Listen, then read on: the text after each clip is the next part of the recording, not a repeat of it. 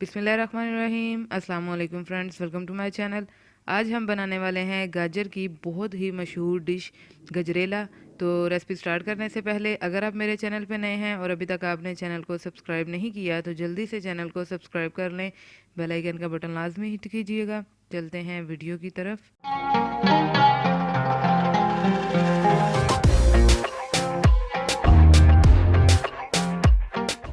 बिस्मिल्लाहिर्रहमानिर्रहीम। तो दोस्तों, सबसे पहले हम यहाँ पे लेंगे 1 पाव चावल, जिन्हें मैंने चुन के अच्छे से साफ़ कर लिया है और 1 घंटा पहले से मैंने इनको भिगो के रख दिया था।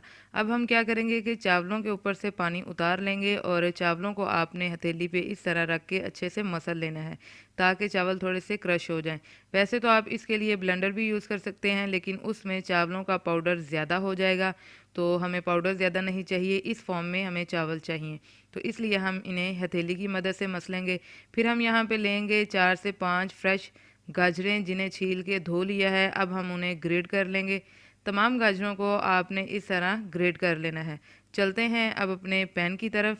यहाँ हम पैन में सबसे पहले 1.5 लीटर दूध शामिल करेंगे और फिर इसमें 3 से 4 आपने सब्ज़ इलायचियाँ शामिल करनी है ताकि दूध में इनका फ्लेवर अच्छे से निकल आए।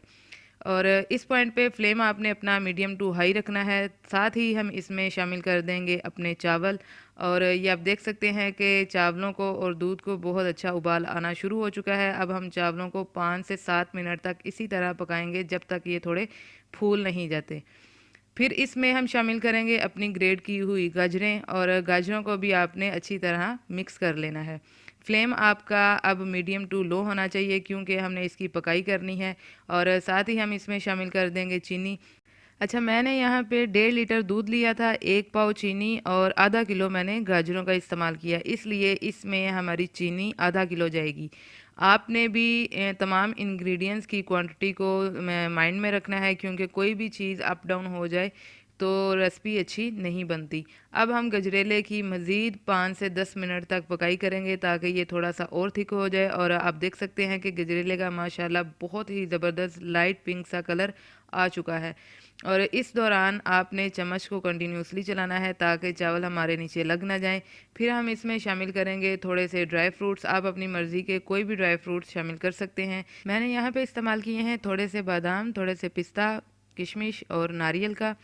तो आज की हमारी रेसिपी जो है वो मुकम्मल हो चुकी है। उम्मीद करती हूँ कि आपको हमारी आज की रेसिपी पसंद आई होगी। रेसिपी पसंद आई हो तो लाइक कीजिए, शेयर कीजिए, कमेंट बॉक्स में अपनी राय का इजहार लाजमी किया करें।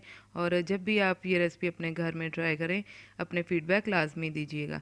तो मिलते हैं इंशाल्लाह अपनी नेक्स्ट रेसिपी नेक्स्ट वीडियो के साथ। तब तक अपना बहुत सा ख्याल रखिएगा, दुआओं में याद रखिएगा। अल्लाह हाफिज़।